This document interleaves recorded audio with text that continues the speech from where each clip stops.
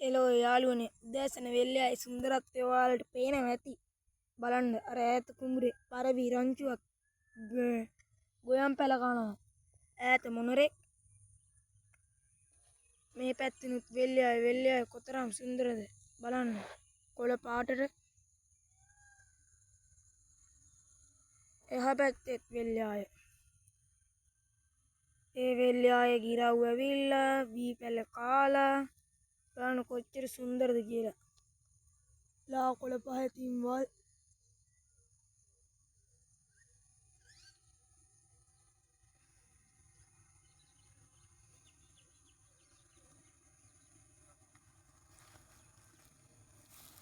එහා පැත්තේ ලියදිවල කොක්කුත්